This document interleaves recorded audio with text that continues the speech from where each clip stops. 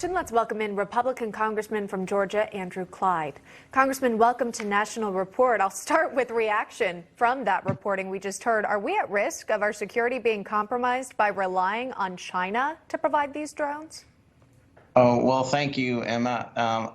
I would never, under any circumstances, allow China or Chinese technology to be used by our federal agencies. I mean, anything that you have that is made in China, you know for a fact there's a back door there, and you know that the Chinese military has the key to that back door.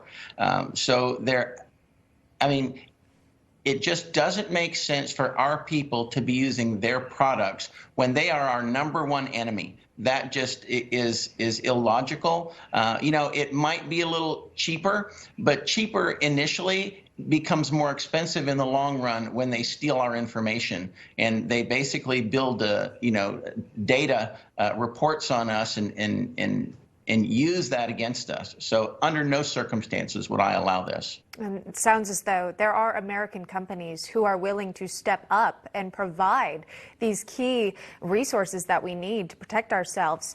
We're going to keep an eye on that story. For time's sake, I want to pivot to what we saw yesterday at the White House. President Biden signing the Inflation Reduction Act into law, about $740 billion. A top White House economic advisor was asked whether or not this will actually help curb inflation.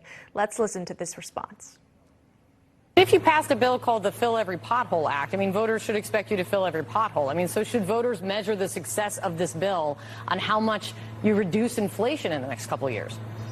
So this bill spins out over several years. And so the tax provisions, for example, some of the tax revenue will happen immediately. Some of the benefits in terms of deficit reduction will materialize over time. So it's going to take some time to see the results of this bill. Plus, we've got the nonpartisan Congressional Budget Office saying it will cost middle-class taxpayers $20 billion. Again, that cites the CBO. Is this going to help reduce inflation? Emma, I'll tell you, this particular bill, what they're saying is so deceptively named, it is not going to reduce inflation. I mean, inflation is affecting people right now. Their pocketbooks are being hurt by what the Biden policies have done across our country. This bill, the lady talks about it going across multiple years. Well, that's not going to help people right now. So this bill will not help American citizens.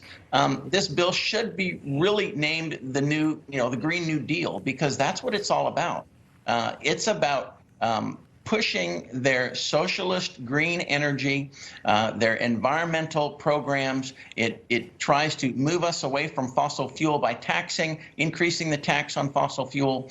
This is not a good deal for America. It is not appropriately named the Inflation Reduction Act. It should be the Inflation Expansion Act or the Green New Deal. The Biden administration has deceived the American people here. $370 billion roughly on climate initiatives, clean energy, reducing greenhouse gas emissions. It's a major climate spending bill as well, plus tax and health care, as the White House likes to cite.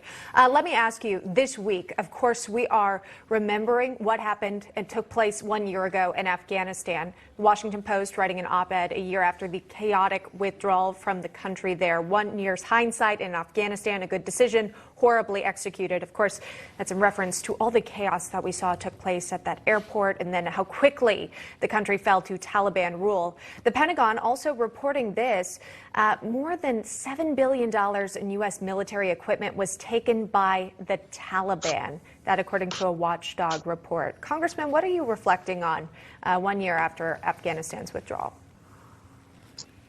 Well, thank you. I will tell you that it was a terrible decision by the Biden administration to withdraw the way they did. President Trump had a conditions-based withdrawal plan, and when the Taliban did not make those decisions, then, we acted appropriately. That's not what happened with President Biden. He had in mind, I will be gone by a specific date, and the Taliban took advantage of that. They took over the entire country before we left. We opened the base of Bagram to them. We just deserted it. That was a tactical mistake. We never should have done that. The prison there, its doors were thrown open, allowing 5,000 terrorists to be sent out into the night. And as a result, we lost 13 service members, 13 brave service members that never should have happened to a terrorist attack that never should have happened. It's inexcusable. It shows weakness on the world stage.